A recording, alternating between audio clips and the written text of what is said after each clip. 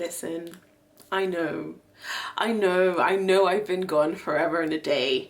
But the most important thing is that I'm back and I'm ready to share with you guys some more great hair care tips to help you along your healthy hair journey. In today's video, we're going to be talking about 3 ways, or more specifically 3 ingredients that you can use to strengthen your hair that aren't protein. Yeah.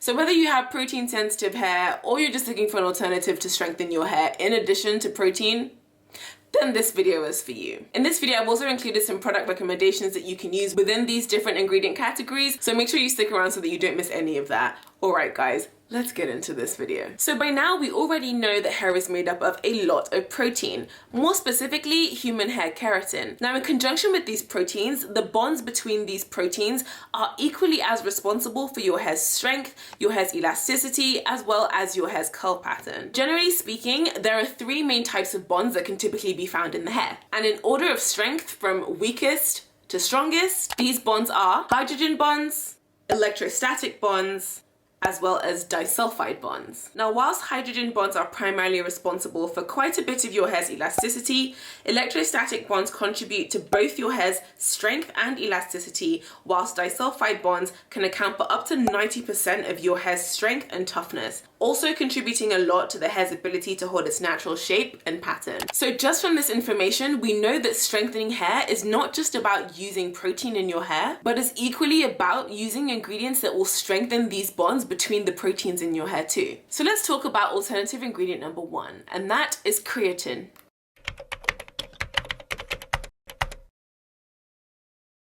Now, creatine is a naturally occurring derivative of 2 amino acids, glycine and arginine. Now, there have been studies to show that when applied to damaged hair, creatine formed electrostatic bonds within the hair, resulting in a reduction of hair breakage and added protection against heat stress. More specifically, when applied to bleached Caucasian hair, creatine had a repair effect of 64% and 48% when applied to Afro curly textured hair that had been relaxed. It's notable that in both cases, the repair effect of the creatine in the hair was either equal to or higher than that of hydrolyzed wheat protein. Now, of course, you guys know I've already gone ahead to do some research into products that contain this ingredient in them. And whilst I would definitely still encourage you guys to go ahead and find some more products that include creatine in them, I did manage to find this one hair range from Kerastase, and I believe it is their Kerastase resistance range. I've run through the ingredients of a few of them, and I found that about 3 of them do contain creatine in them. So if this is something that you're interested in trying, then maybe this is a good place to start. Now, in addition to this, creatine has also been proven to protect the scalp from premature aging, environmental stress, as well as add volume to the hair and smooth the cuticle layer. Which brings me on to my next ingredient. And if you've already seen any of my previous videos where I talk about strengthening the hair cuticle, you'll probably be able to guess that the next ingredient is none other than ceramides.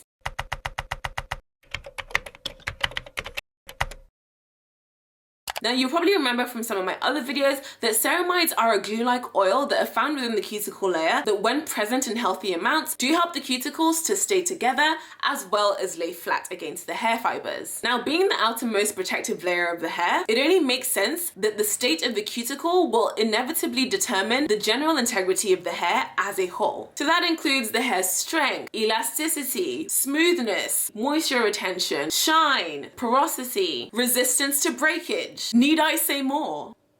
It's quite important. So naturally, the weaker or more raised your cuticles are, the more exposed the hair fibers underneath them will be to damage that will weaken the internal structure and compromise the overall strength of your hair. Yeah, it's not cute. Practices like dyeing, straightening, blow drying, relaxing, and even just general daily manipulation of your hair can deplete the level of ceramides in your hair's cuticle layer. So investing in products that contain good amounts of ceramides will help you to maintain the strength and integrity of your hair. So common ingredients within this category include hemp seed oil, safflower oil, grapeseed oil, and that's as far as the natural alternatives go. Now, there are also artificial ceramides that you can look out for in products, and these 2 ingredients are typically found right next to each other, and they are 2-oleamido-1 as well as 3-octadicanediol. Now, fun fact, synthetic ceramides are actually a lot more effective at doing this job than ceramides found in natural sources like hemp seed oil or grapeseed oil, and that's primarily because the artificial ceramides closer mimic the ceramides that are found in your hair. So whilst the natural sources of ceramides are great, wherever you can, I'd suggest going with the artificial ceramides. Again, if you check the description box below, I've included some products that contain both natural ceramides as well as artificial ceramides in them. Hey, really quickly before we move on to this next ingredient, if you haven't already, please go ahead and hit that like and subscribe button for me, and don't forget to hit the notification bell so that you don't miss out anytime I post a new video. Now moving on to my third and final alternative strengthening ingredient. Things are about to get a little bit technical here, so I'm gonna need you guys to stick with me, but I've done my best to try and make this as simple as possible so that I'm making as much sense as possible. You feel me?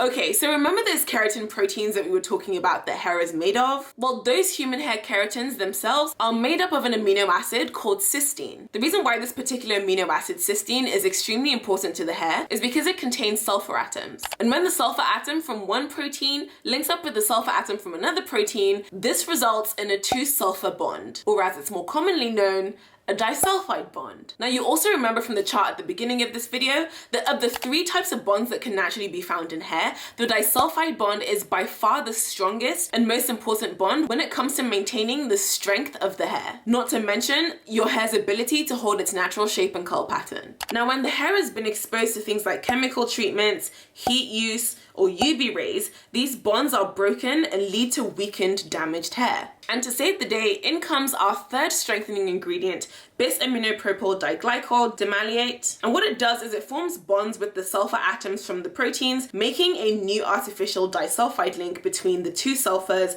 and the 2 proteins. And what this does is temporarily restores the strength of the hair. However, because it is only an artificial stopgap, it will eventually fade from the hair. And so in order to maintain the benefits of using this ingredient to strengthen your hair, it will require frequent and repeated use.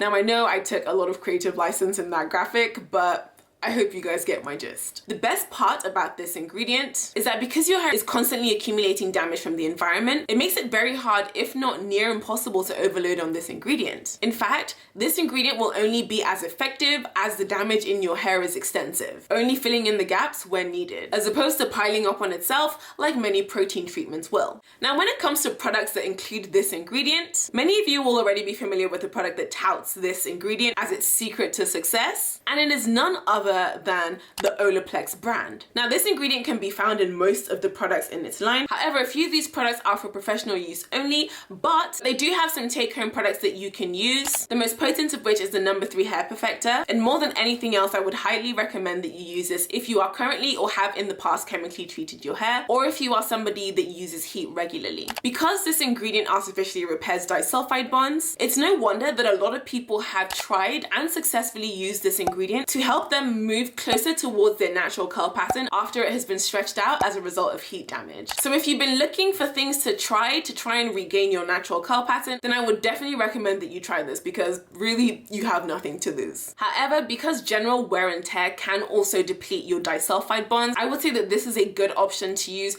regardless of whether your hair is chemically treated or heat damaged or not. Also, please let me know in the comments if you have naturally curly or coily textured hair and you have tried the Olaplex treatment. I haven't tried it yet, but I am super keen to try it, and I think I've got a video scheduled for you guys in the next couple weeks where I'm gonna try it. So before I do that, if you have tried this already, please go ahead and let me know how it turned out for you in the comments so that I know not to make a mistake if this is gonna be a mistake. Really quickly before I sign out, the one final thing I have to say is that as great as these ingredients are at strengthening your hair in other ways, they cannot be a replacement for protein. So even if you are protein sensitive, you will still need to use some sort of protein in your hair every now and again. So really you can consider these ingredients as interim supplementation to use in between your protein use, so that you're not constantly having to choose between protein overloaded hair or weak hair. And if you're still unsure on how to use protein safely for your hair, especially if you have protein sensitive hair, then you want to go ahead and click this playlist that's just popped up on the screen right now for more tips on how you can do just that. Otherwise, that's everything from me today, guys. Thank you so much for watching. It feels so great to be back, and I'll see you next week.